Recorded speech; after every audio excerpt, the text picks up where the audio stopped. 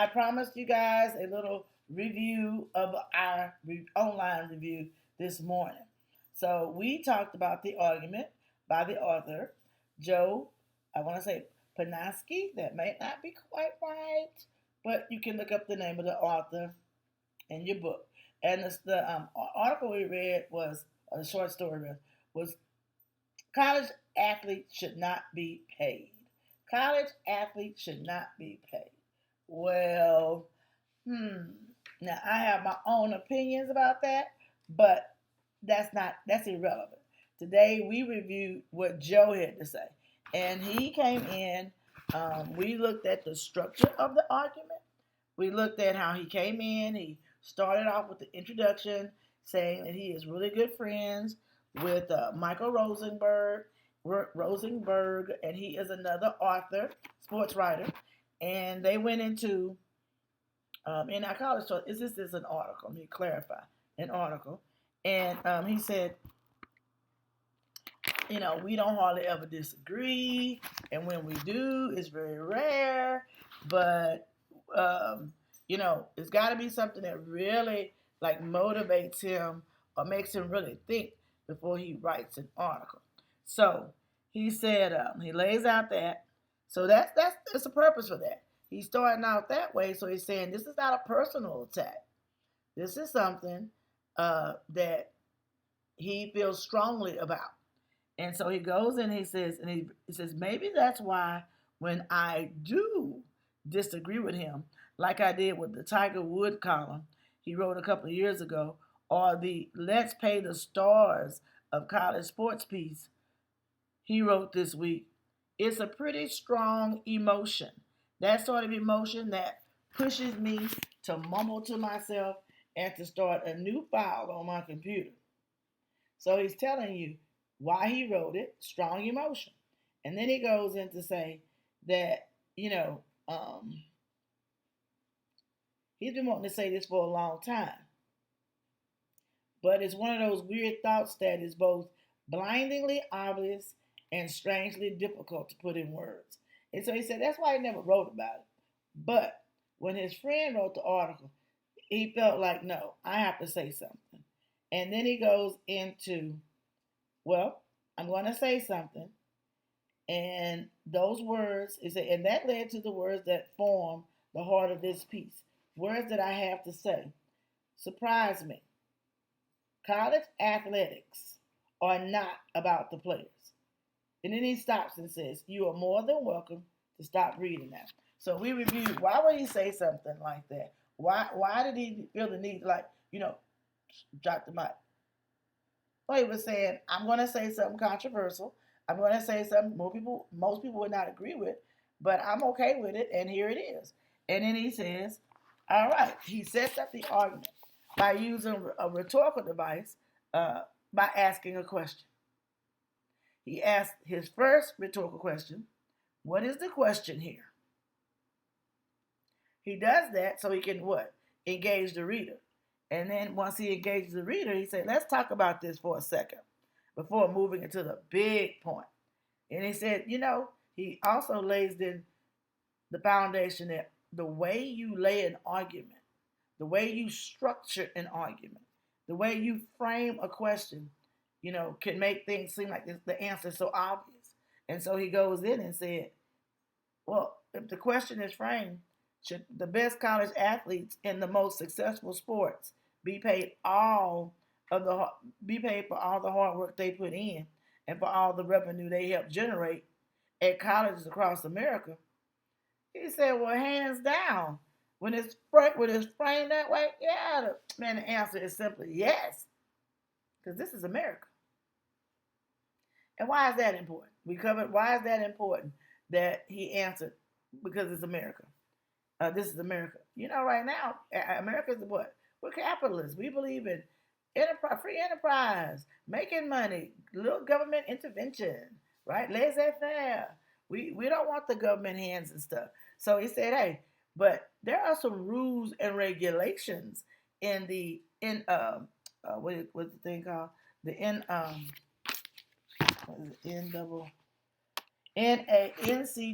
No, I couldn't get that. In the NCAA, And this is the organization that manages, controls the college basketball um, arena. So he said, when you look at things and you lay the question, then he pops another question. The first one was, what is the question? The second was when the question is framed like that, you know. Then he goes into, but really, that's not the question, is it?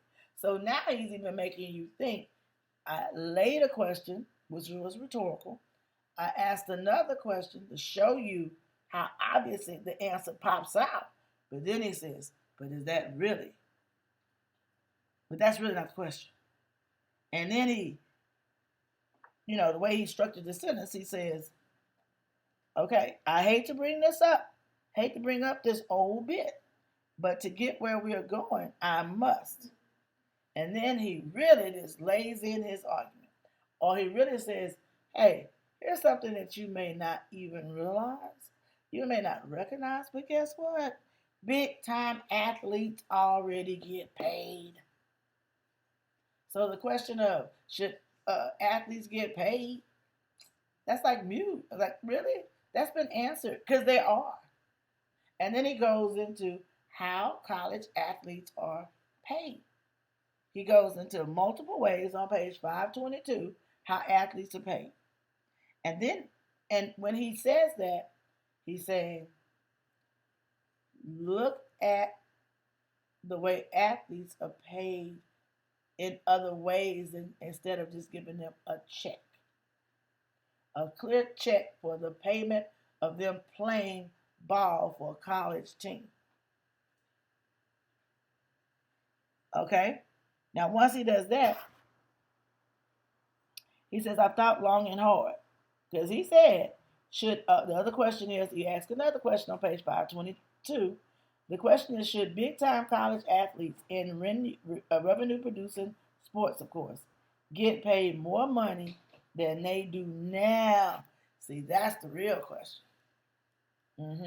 Not if they should get paid, because they're already doing that. But should the big time college athletes, should they get paid more than they do now? So getting your free room and board, having direct access to the professional ranks, youth fame that can open the door for the rest of your life, public relation machines, free travel, national exposure, the best doctors, the best coaches, best facilities. So is that not really paid? Yeah, but he's saying, should we pay the stars more than that? Because they're already getting that money. And then we discussed, some other stuff in class, but I won't go there. And then he says, I've thought long and hard. Yes, they should. He said, I never believed in amateurism for amateurism's sake. I've never thought about into the notion that keeping money away from players, you're doing them a favor. He said the arcane rules of the NCAA drive me mad, just like they drive Andy Staples and everyone else mad.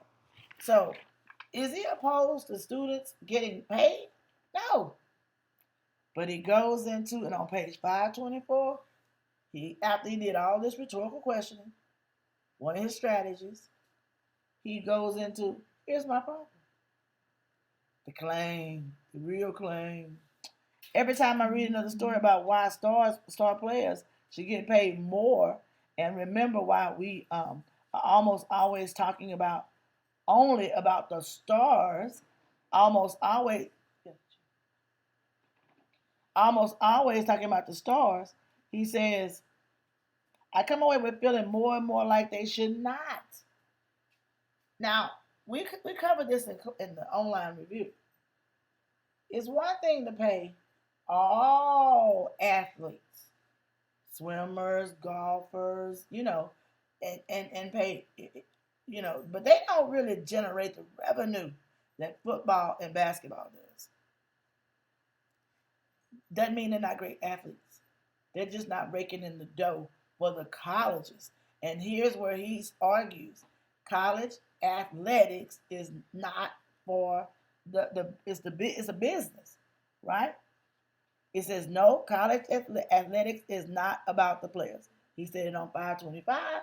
He repeats his claim, and then he goes in to tell you with examples of why this is not working for the athletes. And of course, we talked about all of that. We had examples. They're in your book. He goes in really though and starts saying, here's what the deal is. It's not about the players.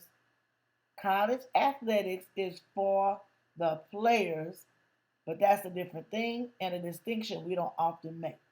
Not just for the players, we say, but for the connection that the community has, connection that the alumni has, connection to people that identify themselves through their schools, through their players, right? They go to the games, they travel. You know, we have the big NCAA March Madness. It's a lot into that. And people go to all these games to support because they're connected to the player. But if you start separating the players, the star players, from the regular players, you're going to have some problems there, he says. Because everybody's not going to get paid equally. And you know and I know when my money is not equal to your money and we're doing the same job, attitudes, dissension.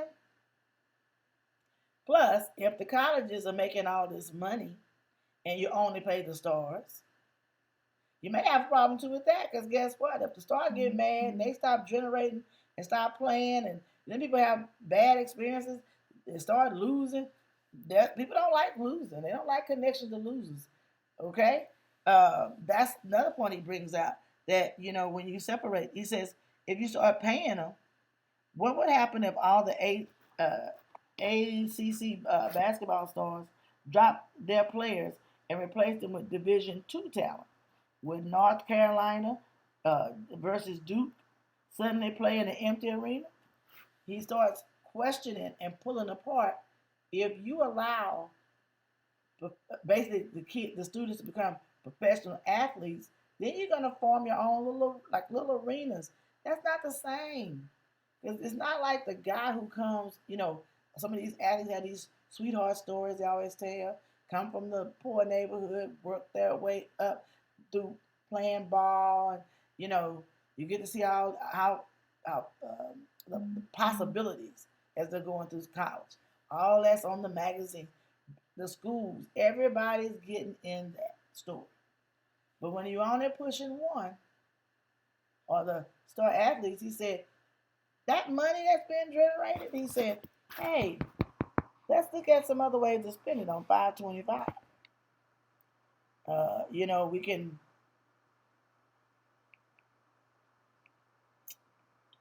support the volleyball players, give opportunities to gifted swimmers, dedicated runners. You know, I'm at TSU. I work here. I don't know if we have a running team. I know we have a track team. I know we have a baseball team. I know we have a golf team because the girls have won championships.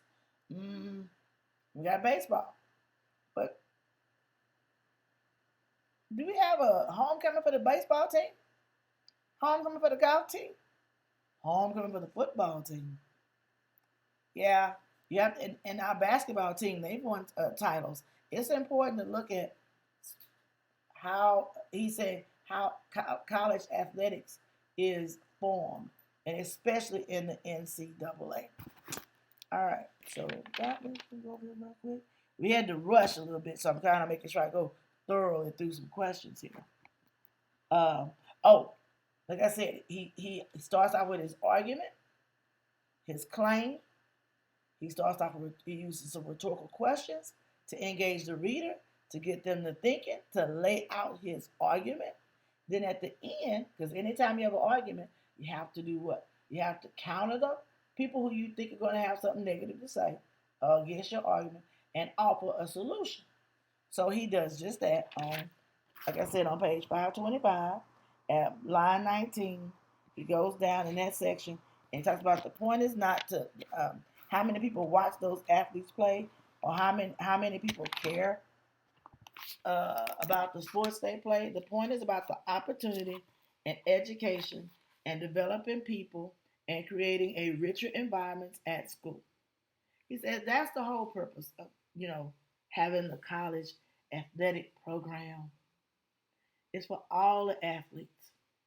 And then he goes on to, he started the story about his friend Michael, and now he's ending on the same note. Says Michael in this piece does not say that the school should pay the players, at least for now. No, he makes the argument that basically they should allow boosters to play the players and allow the players to take whatever money and benefits and endorsements they can get. And he said, I can only imagine a college sports where the high school kids hire agents and send them from school to school to cut the best deal they can make with various car dealers, CEOs, tattoo parlor owners. I can only imagine how many people would take the money they normally give to the school and instead of spending it to get a running back, they call they can call their own. So he goes in to say, well, we could go down a slippery slope. Talking about balances. You go down a slippery slope if you allow athletes to be paid by boosters. So he says we shouldn't do that. He says, I'm not sure how to stop that. And let's be real, boosters play a major role in college sports. You remember when LeBron James talked about this during the review? LeBron James came from high school to college. Excuse me, high school to the pros. His mom got that Hummer car, and everybody's like, how you get a Hummer? You don't have no money. Well, people suspected a booster paid for it. They did a little investigation, but nothing really came of it. And LeBron was in the pros because the pros don't care about no boosters. Okay, and then we had one of the things that he made a point about. I reviewed Steph Curry, great player. As someone said in class, he didn't need the income, but he needed the press. He played at a local Christian college school, but he didn't get the press like these big time machines of Duke and all of those big colleges because he chose a Christian private school, but he could play, and so he was worried that he wouldn't get drafted like the other big time players. So it does matter where you go to school because again, the machines, the people that feed this thing, that plays into it. So that's what Joe was saying.